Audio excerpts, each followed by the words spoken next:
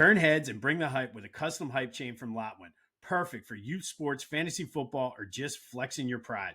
Go to Lotwin.com, use the promo code TCCPOD for 10% off your order. That's Lotwin.com, promo code TCCPOD for 10% off. Get your custom hype chain and get hype with Lotwin.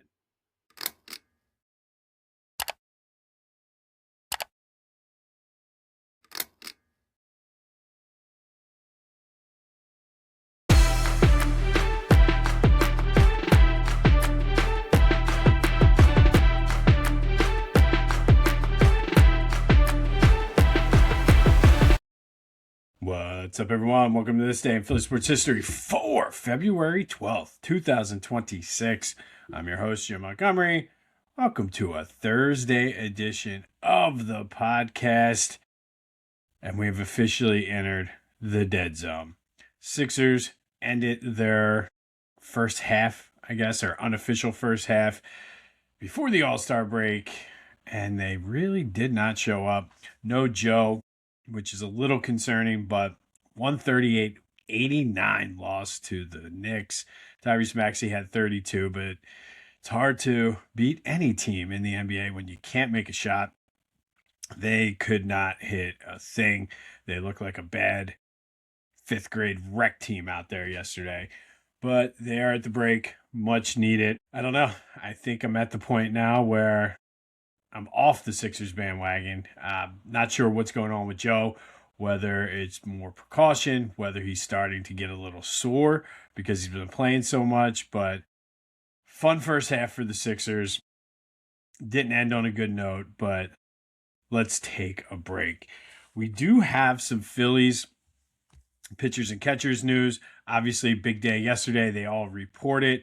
Zach Wheeler was interviewed, says everything's going well. Interesting thing about his interview, though, they said when they removed his rib to deal with the shoulder, I guess, blood clots or whatever he had it preserved, and he's keeping it in his house.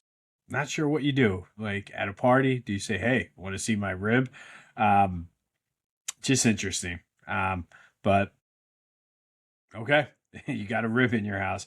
And they did tell Nick Castellanos not to report to spring training, so hopefully they get something for him. I don't think they handled the whole situation well from the start, but this is where we're at. That's pretty much all the sports news we had. One little, I guess, extra piece, which I kind of like, the Joe Frazier statue that was out in front of Xfinity Live is going to be moved to the base of the Art Museum steps, replacing the Rocky statue, which is moving to the top of the Art Museum step. And look, I guess I get it from the sense that during the movie, the Rocky statue was at the top of the Art Museum steps. It was part of the plot of the movie. But really, like an actual Hall of Fame boxer, heavyweight champion, Philly's own, we're going to put a fictional character at the top and put Joe at the bottom. Whoever was running the Rocky statue down there, they had a nice little gig going. They had the truck set up. The guy would pay to take the pictures, everything. I mean, it's great that it's in a more visible place, the Joe Frazier statue, for boxing fans and just people in general, get more recognition and honor for Joe. But really, Rocky at the top, Joe at the bottom, just doesn't seem right to me. But kudos to the Philadelphia Art Commission, or whatever the program and group or organization is, for getting it down there. I mean, it was cool down at Xfinity Live, but it made more sense to have like the Wilt Chamberlain, all the Phillies, Sixers, Flyers, and Eagles stuff down by the sports complex. Joe by the Art Museum steps is good, but I don't know. I would have put Joe at the top, Rocky at the bottom, but what do I know? I'm not in the Art Commission, but kudos for them for finally moving it there. I think that was the right move, get more visibility. But to me, it just sort of adds to the whole disrespect that Joe Frazier gets in this city. Moving on to the Olympics, our Olympic spotlight. These are Olympic athletes with local ties. Today, we're going to spotlight Elena Myers Taylor, who is a bobsledder. She grew up in Douglasville, which is up in Berks County. She is entering, this is her 5th Olympics, and she already has 5 bobsledding medals, 3 silvers, 2 bronze, making her the most decorated black athlete in Winter Olympics history for the United States. She's looking for that elusive gold medal, though, this year, and she will take her spot on the track February 15th and 16th in the monobob, which I wasn't even sure that this existed, but it's pretty cool. It's essentially a one-person bobsled. So she's done very well with that. And then on February 20th and 21st, she'll be in the 2-women bobsled. But Elena, we're rooting for you. Go bring home that gold. Make this area proud. 5 bobsledding gold medals, but let's get a gold this year. All right, some quick housekeeping notes. Be sure to follow me on all social media platforms at Philly Jimbo. Subscribe to the YouTube channel at Jimbo_Mont. Continue to spread the word as we grow this thing. We are proud members of the Clashing Conferences Sports Fan Network. So go to clashingconferences.com for details on what they have to offer and how you can get involved. And then, of course, you can always go back and check out any episodes of the Brotherly Birds Breakdown. Kyle and I break it down for you. This past episode from last week, we took a look at the coaching changes. It'll be our last episode until the beginning of March when we start looking at free agency. And then it looks like we're going to do, starting in March, we'll do 2 a month and leading up into training camp. And then once the preseason starts, we'll start ramping it up, getting you ready for the season. But that is available wherever you get your podcasts as well as on YouTube. Was a little bit of Eagles news, I guess, yesterday as well. Kevin Petula is going to Miami to be the passing game coordinator. So that means HN up the middle, HN up the middle, long pass, into coverage, punt. So good luck, Kevin. Good luck, Miami. But I did mention this is kind of a good spot for us to reset. There's no sports other than maybe a couple college games here or there, really for about a week or so. So I think it's a good time to kind of reset, and we'll kind of look at different ways we can reset. But I think the most important one right now, got to reset our expectations. And I think in light of the Sixers getting absolutely destroyed last night by the Knicks, the fact the Flyers started off strong and have begun to fade, whatever it is the Phillies are doing, and then with all the changes on the Eagles, I think it's time to reset a little bit and try to enjoy it. Obviously, the Eagles are going to have the highest expectations, probably rightfully so, but there's going to be some bumps and bruises and learning curves. But I think just giving them time, and it's still early enough now. We don't know free agency wise, trade, draft, what the team's going to look like. But I think more importantly with the Phillies, I've said it a couple times already. I think we need to not have World Series or bust expectations this year. And our expectation should be, let's see what these young kids can do. And then for the Flyers, I don't even know. I don't even know where to begin. So I think hopefully your expectation should be that they reset themselves and get well rested. And for the Sixers, I think you just enjoy it. When the nights that you have Joe, VJ, and Maxey on the court, just enjoy it. They're a dangerous team with those 3, but with Joe's health, who knows? Who knows? And I know my tone has changed with the Sixers. It's the whole Lucy with the football. You ever see those memes on social media where it's like you watch the Eagles games, you're like, I love this team. I hate this team. I hate this team. Oh, we're coming back. I hate this team. I love this team. I'm kind of in I hate this team dip here with the Sixers right now. But I think it's important to just kind of take a deep breath, reset our expectations for all 4 teams, and just enjoy the ride. Enjoy the ride. All right, yesterday's trivia question. In honor of AI winning the MVP and the MVP in the All-Star game, I asked, who are the only players to win All-Star game MVP, League MVP, and Finals MVP? 3 people have done that. Michael Jordan did it in 1996 and 1998. Shaq did it in 2000. And the one that really got everyone confused, Willis Reed did it in 1970 for the Knicks. You can speculate all you want whether he faked the injury in order to get the MVP. I don't know. I wasn't there. But thank you for everybody who reached out and participated in the question or the trivia question of the day yesterday. Hey guys, guess what time it is? It's cookie season. I'm Ella here, your favorite Girl Scout, and we have your oldies but goodies. Lemonades, dimmits, peanut butter sandwiches, and more. This year we have a new cookie flavor called the Explore Mug. My goal is 200 boxes, so please make that happen.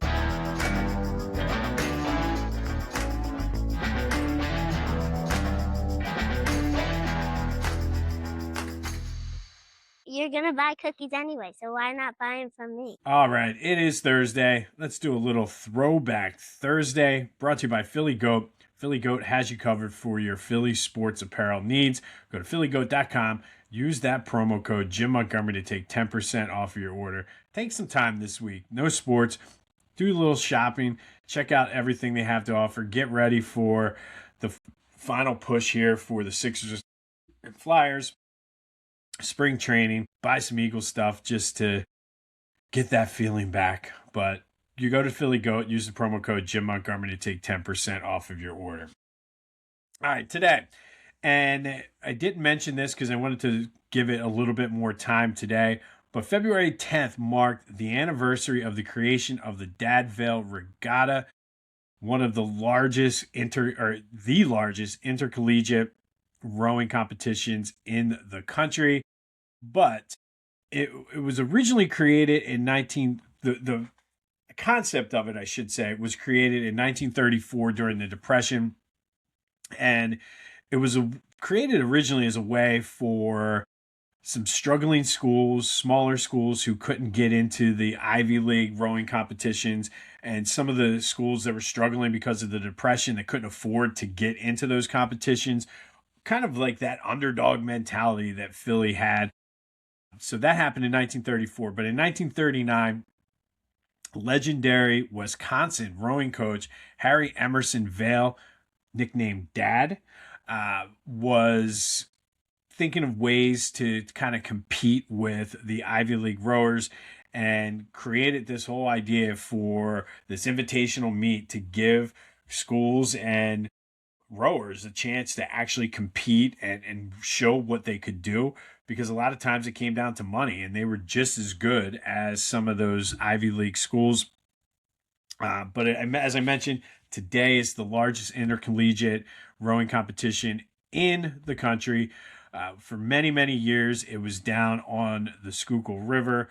Boathouse Row was already kind of iconic and established back then, so it was the perfect place. Philly always has had that underdog mentality, so Dadvale decided to let's move this competition to Philly and give these smaller and well-deserving schools a chance to compete.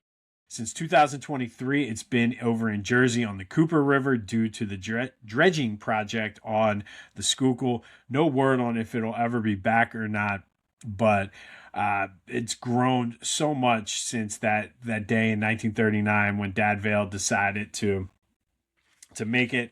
And if you've ever lived in the city, specifically either Fairmount, Roxborough, Manioc, East Falls, you know what the whole Dadvale Regatta meant to the city. It was just a very good time. We'd always run down there, watch some races. There was times when I was training for races and things where I would actually just run, kind of stop and watch and really just get into it. And it's a lot of fun, especially because a lot of our local schools, when I was in college, I would hang out at the Temple Rowing House during the regatta, but just a ton of fun. Very cool event, and the origins of it again were to give those underdog schools a chance to compete against the big guys. So on February 10th, that is the anniversary of the creation of the Dadvale Regatta as we know it. Again, it'd be cool if eventually, once this dredging project is done, it would come back to Philly. But still going strong after all these years. So that is today's Throwback Thursday, brought to you by Philly Goat. Go to phillygoat.com, use the promo code Jim Montgomery to take 10% off of your order. And that does lead to today's trivia question. The biggest and most popular race is the men's varsity eights. And our local Philly schools have had a ton of success, whether it's Temple, St. Joe's, Nova, Drexel, LaSalle. They've all done well in this. Obviously, if you go to school at any of those schools, you have access to the Schuylkill, so you're very familiar with the course. But today's trivia question: which college has the most men's varsity eights titles? Hit me up on the Back to the Future voice and text line 267-495-8531. Any of my social media, the Discord is in the description. But which team has won the most men's varsity eights titles at the Dadvale Regatta? All in honor of our Throwback Thursday. All right, let's move on to February 12th.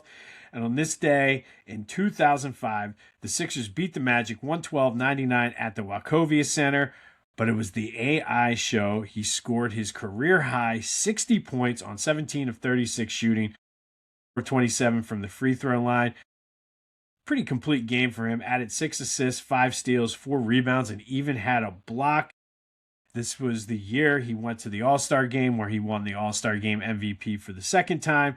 Also ended the 2004-2005 season as the NBA scoring champ. But Allen Iverson with his career high on this day in 2005. Fast forward to 2022. Sixers again. This time they beat the Cavs 103-93 at the Wells Fargo Center. Or I guess it was the Wachovia. Who knows? I don't know what. Wells Fargo, I guess. Wachovia, Wells Fargo, core states, whatever. But on this day, Sixers beat the Cavs 103-93. It was the Joel Embiid show on this day. Tyrese Maxey scored 16. Tobias Harris had 11. But Joe messed around, had himself a triple-double, 40 points, 14 rebounds, 10 assists, 3 steals for the big guy. And I think just hearing these and reliving these games makes you forget just how good a prime, healthy Joel Embiid was. And it makes you wonder, what if he could have just stayed healthy? But on this day in 2022, Joel Embiid messed around with a triple-double as the Sixers beat the Cavs at the Wells Fargo Center. And then in 2023, it was Super Bowl 57, Jalen Hurts versus Patrick Mahomes, and they put on a show. Eagles actually led this game 24-14 at halftime. Mahomes had a hurt ankle, and we were feeling good. And then all of a sudden, he got shot up with something and came out on fire in the second half. Came down to the end, the questionable holding call on James Bradbury, which by the letter of the law and the textbooks was a hold.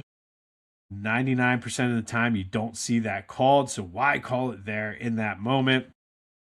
But as I always say, if you do better earlier in the game, you'll take it out of the hands of the referee. And unfortunately, a Jalen Hurts fumble in the second quarter really ended up being the difference. It was the one bad spot on what was an excellent game by Jalen, who had 304 yards, a touchdown, ran for 70 yards and 3 touchdowns. Devontae went over 100. AJ had 96 and a touchdown, but that fumble still will haunt us to this day. Obviously, the field was an absolute mess. Everybody complained about it being so slippery. Certainly did not help the cause any. Eagles, though, I guess in a losing effort, usually Super Bowls are blowouts when they're like that, but to score 35 points in the Super Bowl and lose is unheard of. Most points by a losing team. But we all know they'd be back to get their revenge a year later. But on this day in 2023, it was the Eagles losing to the Chiefs 38-35 in Super Bowl 57. All right, and then finally today, our Black History Month Spotlight, forged by Philly. And we're going to go with one of the GOATs, Dawn Staley. We talked about John Chaney being a pillar of this Forged in Philly. Dawn Staley certainly belongs right up there with Coach Chaney. She's a North Philly native, went to Dobbins, 3-time Public League champion, National High School Player of the Year, moved on to Virginia where she made it to 3 Final Fours, National Player of the Year, 3-time gold medalist, WNBA All-Star. She played in the ABL. She was an international star. She is in the Hall of Fame. And then she got into coaching, where she's a 3-time champion, 4-time Coach of the Year. You get the point I'm trying to make here. But a lot of this and she's been very vocal about this, stems back to her Philly roots. Because in North Philly, in Philly in general, you don't coast. You got to work hard for everything you get. And honestly, whether it's the public league, the NCAA, internationally, Temple, South Carolina, she's always brought the same mentality. She represents that competitive fire, leadership under pressure, advocacy with an edge, and excellence without compromise. More than anything, though, she's a champion. She's a champion person. She's a champion player. And now she's a champion coach. She is Philly, exported internationally. She, like I said, she's one of the anchors of this whole Forged in Philly spotlight I've been doing.